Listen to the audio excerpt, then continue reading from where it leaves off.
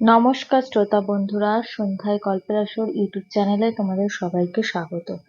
আজকের গল্প ছন্দনীর কলমে ববিতা রায়। মাধবীলতা খুব সাধারণভাবে সাজলো। শম্পা দেখে বলল, তুমি তো আগের যুগের মানুষের মতো সাজলে। অবশ্য তুমি না সাজলেও দেখতে খুব সুন্দরী। উত্তরে মাধবীলতা হাসলো। শম্পা বলল, চলো এবার। মাধবীলতার অধিবাস হলো, গায়ে হলুদ দিয়ে বিয়ের প্রথম স্নান করানো হলো। বউ সাজানোর সময় বাঁধল বিপত্তি। মাধবীলতা কিছুতেই পার্লারে যাবে না, নিজের বিয়ের সাজ নিজেই সাজবে। এ নিয়েও বাড়িতে মৃদু গুঞ্জন উঠল। মালতী কাজে এক ফাঁকে ঘরে এসে বলল, তুই নাকি পার্লারে যেতে যাচ্ছিস না? আজকাল তো সবাই পার্লার থেকে সাজে, তোর আবার কি হলো? কি হবে মা, তোমরা সাধারণ একটা বিষয়কে নিয়ে এত ঘষা মাজা করছো কেন? আমি তো তাই বুঝতে পারছি না। নিজের বিয়ের সাজ আমি নিজে সাজতে পারবো না? আশ্চর্য! আমি কি তা বলেছি? নিজের বিয়ের সাজ নিয়ে সাজবি ভালো কথা, তোর বৌদি বোনদের হেল্প নিয়ে সাজ। এভাবে একা একা সাজলে লোকে কি বলবে? লোকের থেকে তুমিই তো বেশি কথা বলছো। আমি যদি না পারতাম ওদের হেল্প ঠিকই নিতাম। পারি যেহেতু আমাকেই সাজতে দাও না প্লিজ। আচ্ছা, তোর যা ভালো মনে হয় তুই তাই কর। আমি শম্পাকে পাঠিয়ে দিচ্ছি, কোনো হেল্প লাগলে ওকে বলিস। শম্পা ঘরে এসে দেখলো রঞ্জিত ঘরের আলো নিভিয়ে শুয়ে আছে, হাতে সিগারেটের আগুন জ্বলজ্বল করছে। শম্পা রঞ্জিতের পাশে গিয়ে বসলো, মাথায় হাত রেখে বলল, কি হয়েছে তোমার? এই অবেলায় শুয়ে আছো কেন? রঞ্জিত উত্তর দিল না, এক মনে সিগারেট টানতে লাগলো। শম্পা বলল, ওঠো শিগগির, আজ তোমার বোনের বিয়ে। দাদা হিসেবে তোমার অনেক দায়িত্ব, কত কাজ পড়ে আছে।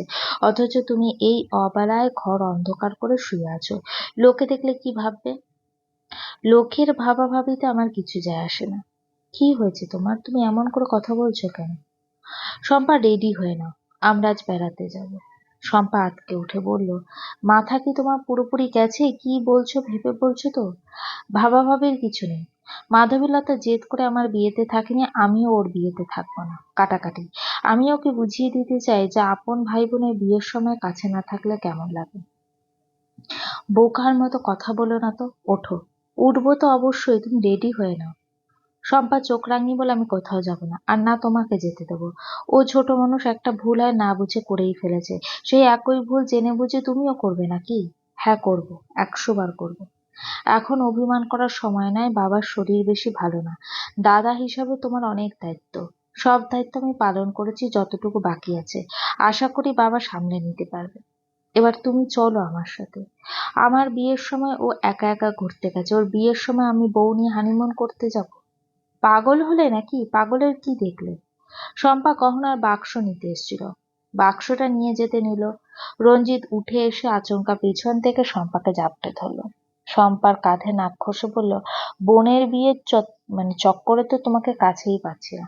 কাজের বাহানায় সারাক্ষণ দূরে দূরে থাকছো কেন? ইস, দরজা খোলা, ছাড়ো তো, কেউ দেখে ফেলে। দেখুক, আগে বলো তোমার কি হয়েছে? সারাক্ষণ মনমরা হয়ে ঘুরে বেড়াচ্ছ কেন? কিছু হয়নি, আমি একদম ঠিক আছি। ঠিক আছি বললে তো ঠিক থাকা যায় না। তোমার চোখ মুখ বসে গেছে, তোমার দিকে তাকালে আমারই খারাপ লাগে। কি সুন্দর মেয়ে বিয়ে করে নিয়ে এলাম, আর দিন দিন শুকিয়ে কি হয়ে যাচ্ছ। তোমার বাড়ির লোক তো ভাববে আমি তোমাকে ঠিক মতো খেতেও দিইনি। রঞ্জিতের বলা ভঙ্গিতে শম্পা হেসে ফেলল, বলে, আজাইরা প্যাচাল হয়ে গেল, এবার বাইরে যাও, দেখো সব ঠিকঠাক আছে নাকি। রঞ্জিত উদাস কণ্ঠে বলল, বললাম তো আমি মাধবীর বিয়েতে থাকবো না। তুমি না গেলেও আমি ঠিকই ওর বিয়ে শুরু হওয়ার আগে চলে যাব। যেও না, মাধবীলতা খুব কষ্ট পাবে। আমিও পেয়েছিলাম। তুমি কষ্ট পেলেও তোমাকে বিয়ের পরে বাড়ি ছাড়তে হয়নি, কিন্তু মাধবীলতাকে বিয়ের পর বাড়ি ছাড়তে হবে। সারা জীবনের জন্য বাড়ি ছাড়তে হবে। তুমি আজ হয়তো ওর ওপর অভিমান করবে, বাড়ি ছাড়বে, 2 দিন বাইরে বাইরে ঘুরবে, 3 দিনের দিন ঠিকই বাড়িতে ফিরবে। কিন্তু ও আর চলে গেলে এই ঠিকানায় কিন্তু ও আর কখনো ফিরবে না। আর ফিরলেও সেটা কিন্তু 2 দিনের অতিথি হয়েই কিন্তু ফিরবে। যেদি মেয়েটাকে আর কষ্ট দিও না। ও যদি আজ তোমাকে নিজের বিয়েতে না দেখে, হয়তো হয়তো কি, হয়তো আর কখনোই এই বাড়িতে ফিরবে না। কখনো ফিরবে না মানে কি শম্পা? তুমি কি আমাকে ভয় দেখাচ্ছ? ও বাড়িতে ও ফিরবে না কেন? অবশ্যই ফিরবে। উল্টো পাল্টা কথা বলে আমার মেজাজ বিগড়ে দিও না তো শম্পা। তাহলে সত্যিই যাবে তুমি? হ্যাঁ যাব। ওকে, যাওয়ার আগে মনের সাথে দেখা করে যাও। আমার এত ঠেকা পড়েনি। সৎ সাহস থাকলে মাধবীলতার সাথে দেখা করে তারপর যাবে তুমি। এই শম্পা, এই, তুমি কি আমাকে চ্যালেঞ্জ করছো? ওকে ওকে আমি চোরের মতো পালাবো না। মাধবীর সাথে দেখা করে তবেই যাব। মাধবীলতা সময় নিয়ে বউ সাজলো ঠিক 90 দশকের মতো করে। লাল টুকটুকে বেনারসি পরেছেন, গা ভর্তি গহনা পরেছে, মুখে শুধু ফাউন্ডেশন আর পাউডার দিয়েছে, চোখে মোটা করে কাজল টেনেছে, কপালের মাঝখানে বড় একটা লাল টিপ পড়েছে। টিপের চারপাশ থেকে শুরু করে গাল পর্যন্ত সুন্দর ডিজাইন করে কলকা করেছে। ঠোঁটে লাল লিপস্টিক দিয়েছে, সুন্দর করে চুল বেঁধে কপালে টিকলি পরল। কোমরে বিছা, বউ ওড়না পরে পিন করার সময় দরজা শব্দ হলো। মাধবীলতা কানে দুল পড়তে পড়তে বলল, কে? দরজা খোলা আছে। রঞ্জিত ঘরে এসে বোনকে দেখে মুগ্ধ হয়ে গেল। বলল, কি রে, এত সুন্দর করে তোকে কে সাজিয়ে দিল? মাধবীলতা আয়নার দিকে তাকিয়ে খুব আগ্রহ নিয়ে বলল, একাই সেজেছি। দেখতে ভালো হয়েছে না দাদা?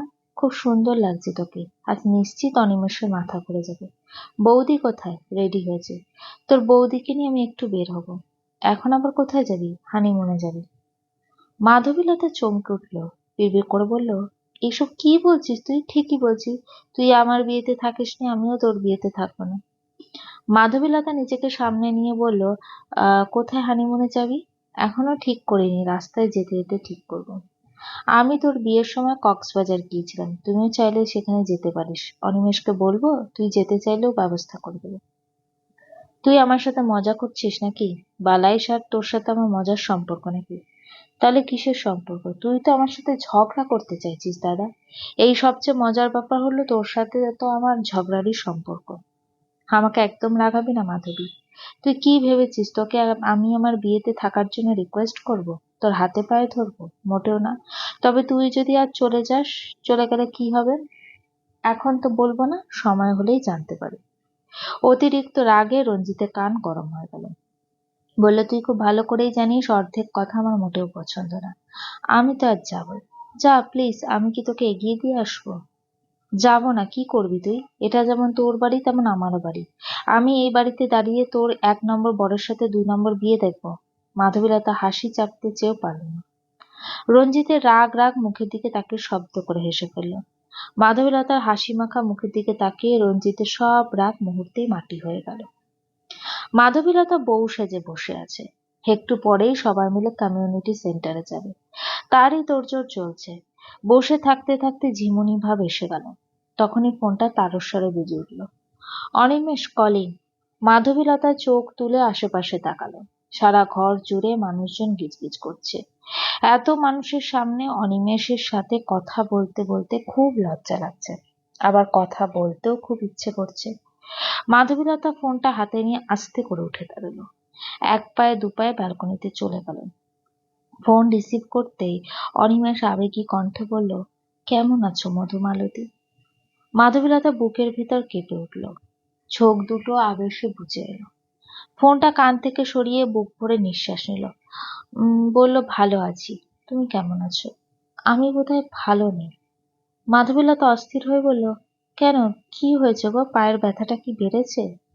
নিজের জন্য মাধবীলতার অস্থিরতাটুকু আজ ভালো লাগছে। অনিমেষ বলল, তাহলে?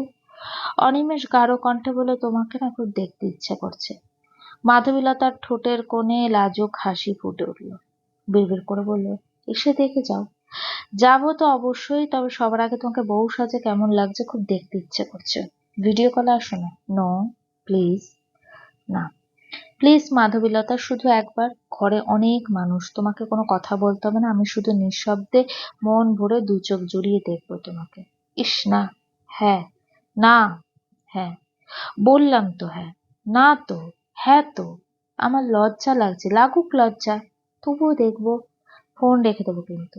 ভয় দেখাচ্ছ? সত্যি বলছি, তুমি না দিন দিন খুব বেহায়া হয়ে যাচ্ছ অনিমেষ। বেহায়া না সোনা, রোমান্টিক বর বলতে পারো। ফোন রেখে দেবো? না, আশেপাশে সবাই আছে। সবার কি সৌভাগ্য বলো, অথচ আমার বউ আমিই এখনো দেখতে পারলাম না। আফসোসের উত্তরে মাধবীলতার ঠোঁট চেপে হাসল। অনিমেষ ভিডিও কল দিল। মাধবীলতার বুকের ভিতরে হাতুড়ি পেটার শব্দ হচ্ছে, হাত কাঁপছে। আগে তো কখনো এমন লাগেনি, তবে আজ কেন এমন লাগছে? এই গা শিরশিরে উষ্ণ অনুভূতির কি নাম দেবে মাধবীলতা? সেদিন মানুষটাকে কত দূরের মনে হতো, অথচ এখন কত আপন, কত কাছের মনে হয়। মনে হয় মানুষটা আস্তে আস্তে মাধবীলতার অস্তিত্বের সাথে মিশে যাচ্ছে। গল্পটি কেমন লাগলো অবশ্যই আমাকে কমেন্ট করে জানিও। আর আমার চ্যানেলে গল্পগুলো যদি তোমাদের ভালো লেগে থাকে চ্যানেলটিকে সাবস্ক্রাইব করে পাশে থাকো।